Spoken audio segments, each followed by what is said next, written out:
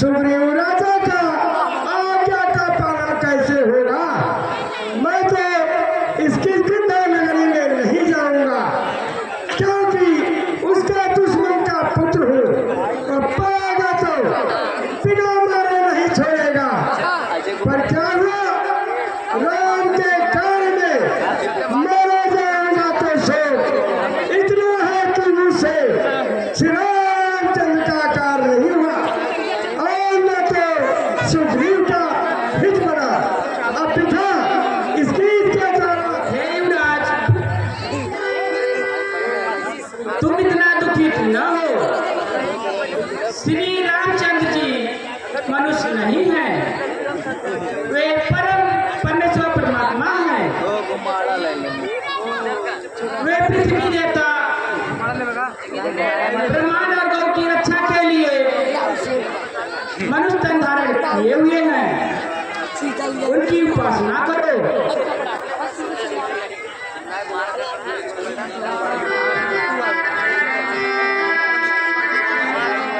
यही विधि कहते कथा बहु भाते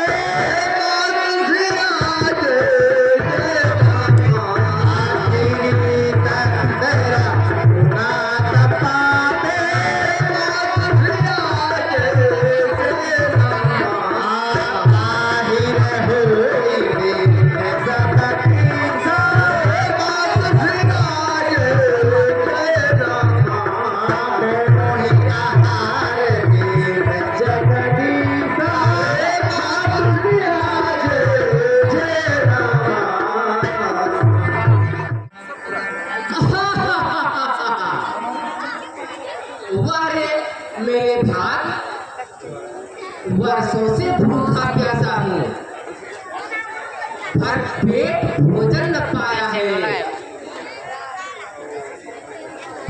विघ्ना कर आज अनुग्रह कर सब एक साथ भिजवाया है। तो 4 दिन से लिया 10-20 ग्रास कर जाती हूँ। भागो मत, बैठे रहो वहां मत, तुम सबको आकर मैं खाता हूँ। कहे विचारे कदे मन माहे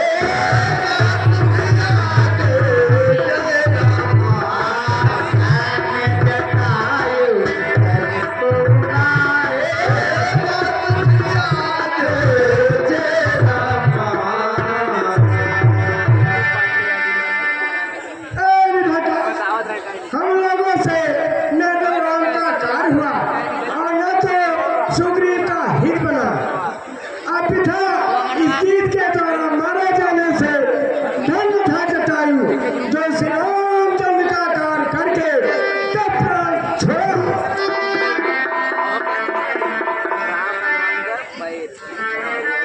हे भाई, आप कौन हो जो मेरे प्रिय भाई जटायु का नाम लेते हो? सो सभी कहानी मुझसे कहो, अब डरो मत, मैं तुम लोगों को अब नहीं खाऊंगा।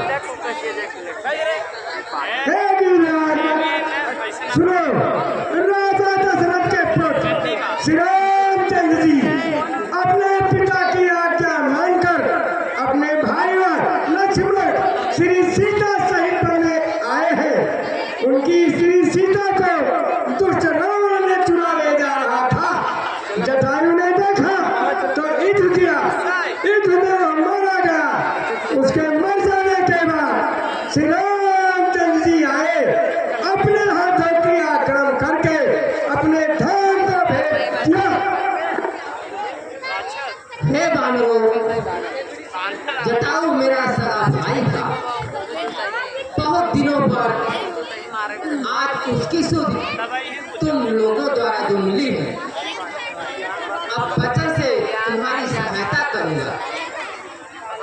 यहाँ से समुद्र के किनारे तक ले चलो, भाई को मैं अपने पानी के पिला दूंगा। बहुत अच्छा। अनुज क्रिया करी सागर तीरा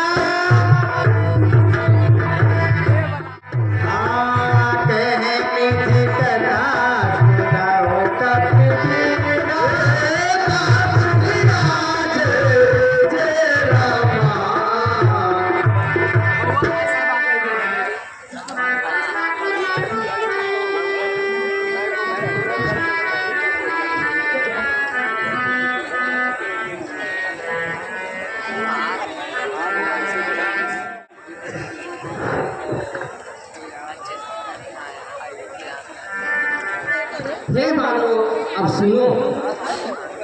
त्रिकूट पर्वत के ऊपर लंकापुर है, वहाँ अशोक वाटिका है। श्री जानकी जी बैठी हैं और राजी से रखवाली कर रहे हैं। यहाँ से लंकापुर 100 योजन है। मैं यहीं से देख रहा हूँ। तुम लोगों में से जो 100 योजन लांघेगा वही सीता की खोज लाएगा। मैं तो पंखहीन हो चुका हूँ, नहीं तो भाई के मारने का बदला रावण से अवश्य लेता।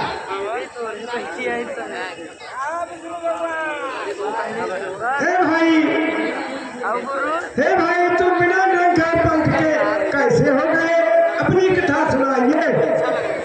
हे भाई, पाए तरुआई एक संग दो भाई, गए गगन उड़ाई, सो जटाई फुलाई है।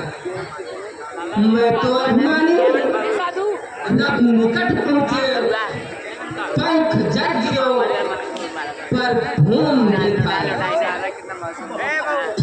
चंद्रमा नामुन मोह ज्ञान को सिखाए, प्रतिपाली बहुत बात समझाए हैं। तात त्रेता युग ब्रह्मा धन्य रूपदास दूध मिले सब, तब पंख में सुहाए। हे भाई, उनका वचन असत्य हुआ। अब मुझे जाने की आज्ञा दे।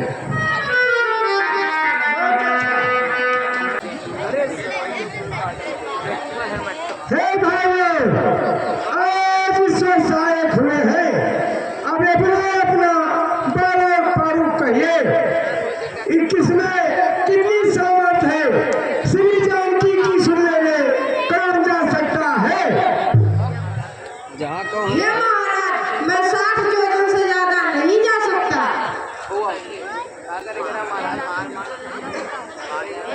हे महाराज, मैं 40 योजन से अधिक नहीं जा सकता। हे भाइयों, इस बात से काम नहीं चलेगा। कहिए चलो, साथ तो सब लायक है और कई में तक देख चुके हैं।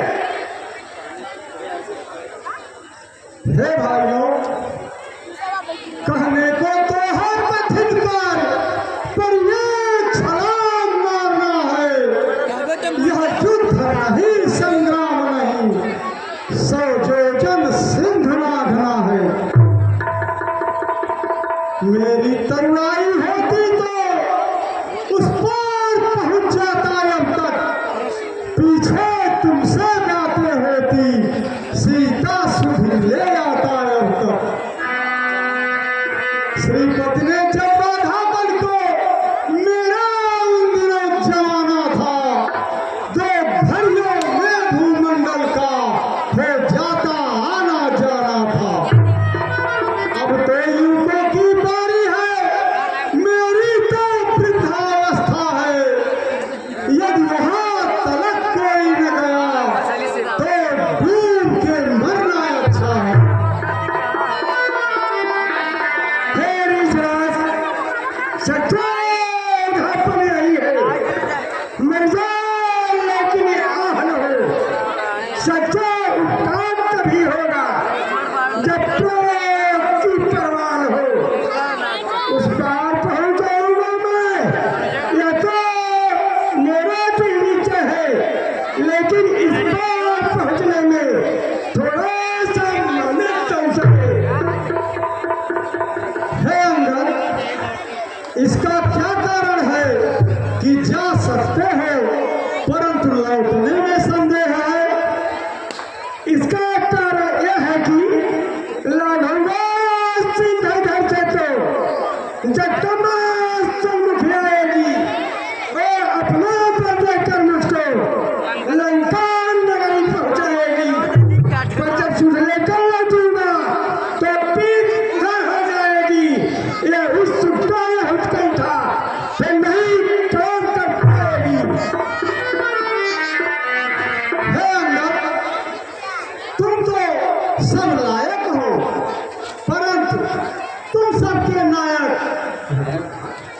अर्थात राजकुमार हो, इस कारण हम तुम्हें कैसे भेजें? हे हनुमान जी, तुम चुप क्यों बैठे हो?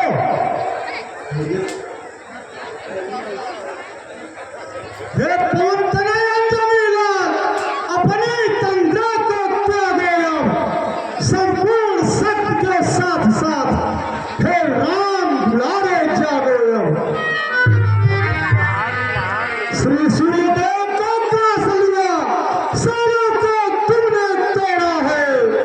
जिस बल पर ऐसे कार्य किए, वह बल कब को रख छोड़ा है।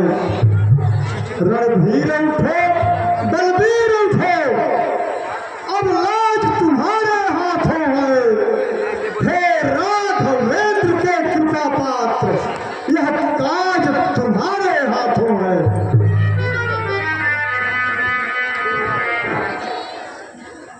कहो जामुन,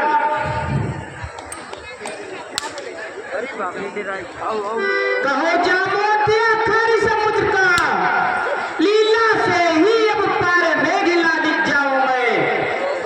नहीं तो सहाय सहित रावण को मार, त्रिकोण को उखाड़ यही ठोर ले आऊं मैं। पूछत सुजाते शिक्षा फल दे मोह, मानाए रावण लंका को सिखाऊं मैं। जो मैं काज आज सिद्ध चरमा करूं, तब ही तो दास रघुनाथ का कहाऊं मैं। हे तात, तुम बस इतना करो कि श्री सीता जी की सुध ले आकर यहाँ कहो, फिर कौतुक के लिए श्री रामचंद्र वानरों की सेना लेकर लंका में जाएंगे और राक्षसों को मारकर श्री सीता जी को ले आएंगे। बहुत अच्छा, ऐसा ही करूंगा। परंतु हे भाइयों, तुम लोग तब तक यहाँ रुके रहना जब तक सीता जी को देखकर मैं वापस न आऊं।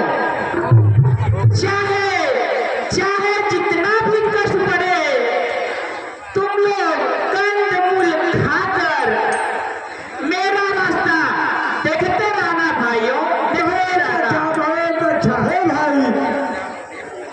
हे पवन कुमार, हम लोग निसंदेह यहाँ डटे रहेंगे। हे कपियार, अब मैं सबको वंदना करता हूँ, मुझे आशीर्वाद दीजिए। हे हे